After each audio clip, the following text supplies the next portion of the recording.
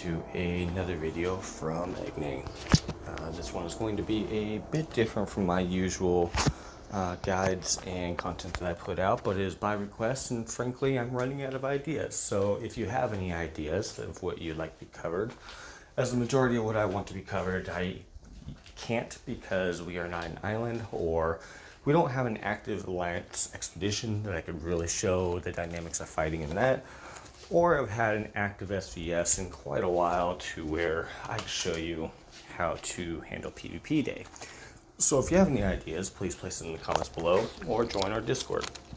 Speaking of the Discord, I will leave a link in the description below. This is used as a community tool and is there for anybody to join, but there's absolutely no bullying, no being an asshole, any of that, or else you're going to be kicked. There's a community tool and there's no question that is too silly to be able to ask. On top of that, as my content grows and eventually YouTube will start monetizing my content, and when they do, the first 3 months of any money that is raised will be given away in a bi-weekly raffle to whoever is in my Discord and is a subscriber on YouTube. After that, once a month, 25% of whatever the monetary gain is from the monetization will be given in a monthly raffle. So invite your friends, bring them on over, let's see if we can get anywhere. Hey, if it benefits us all, why not? So this is an interesting topic for today. It was requested for me to make a video about how to be an effective R5 or R4. Now this is going to be purely based on my opinion and what I have seen as being effective. I myself have been in R5 for a very long time, almost 2 years. I have led entire servers, so I guess they could say that there is some weight to what I say in regards to this. So we'll jump right into it. So there's a couple different ways that people will run as being an R5. Sometimes it's out of fear or power. Sometimes it's out of a commitment to family and the smaller players and such. And then what I personally do, because the way I constructed my alliance was to be purely an SVS, an island, and AE based alliance. However, we're a little bit different than a lot of alliances, and this is where I think some of the structure really comes in.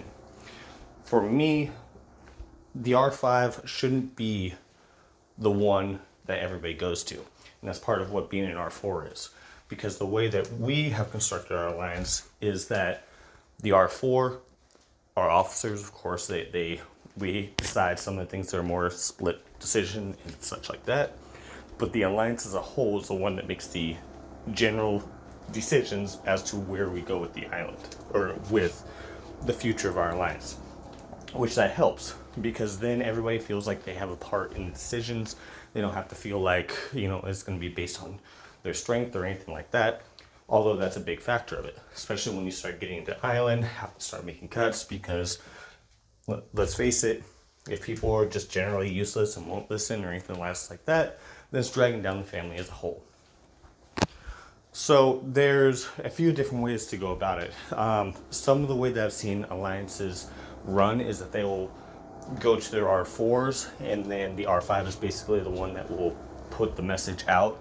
But the way that we do it, and what I personally think helps, is we bring the ideas together as an R4 with us all together. I don't have a voice in the opinion as the R5, but I can state my opinion, I just can't vote.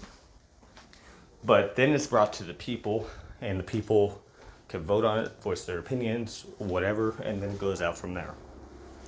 So really, with being an effective R4 or R5, it's not about a position of power whatsoever. It's about listening to who is following you. Because at the end of the day, it's their respect for you, not your power, not your strength, or anything else like that, is the reason why they follow you. Of course, strength, power, and all that helps, but if you also are guiding them in the right way, that always will help.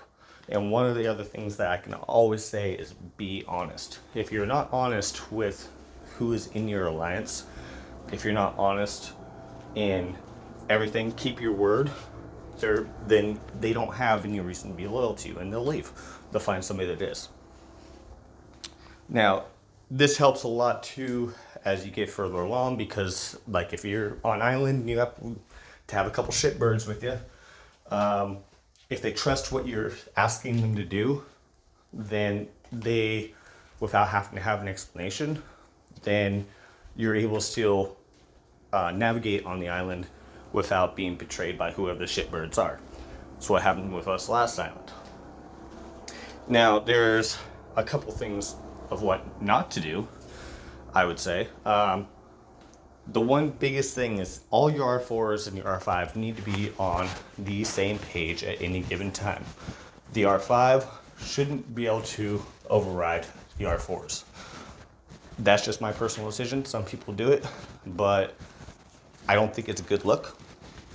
The R4s and the people should all have a say in the decisions that are made, but what we do is like it's majority vote on, you know, things like if we're going to island or migrating or whatever.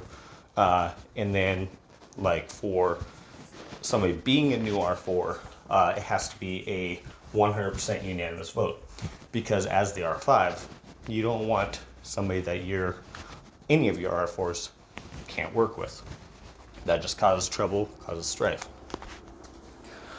Now, with that, I also have seen where the R5s will take the position of the R5, and then they're laying literally everything out on the R4s. And that's also not a good idea either. That's how you get some of your R4s to be frustrated, and, you know, especially those that are doing more than other R4s, and R4s aren't doing anything. Each and every R4 should have a job. It's one of the things that I say whenever we are nominating an R4 to them, before we even have the vote process, is I'll go to that person and say, hey, you're nominated to be as R4, we're going to vote. Do you want the job? Because that's what it is. It's actually going to be a job. Every single person that is R4 needs to have a function to do, whether it be diplomacy, whether it be dealing with the internal issues, scouting, whatever it is. Everybody needs to have some kind of job. And that progresses into, if you're as the R5 and you're just having your R4 do everything, that starts to give some tension and wear. Because even if you are like how I am, to where I don't have a golden hammer to drop or whatever, you need to be a part and involved in everything that goes in your alliance, in your decisions and allies and everything else that is going on. Otherwise, if somebody comes to you and it's like, hey, what's going on with this, and none of your R4s know what's going on, and you don't know what's going on as your R5, that causes problems yet again. And that trickles down, whether it be in your alliance or outside your alliance, it's going to trickle down to affect everybody. And you don't want that.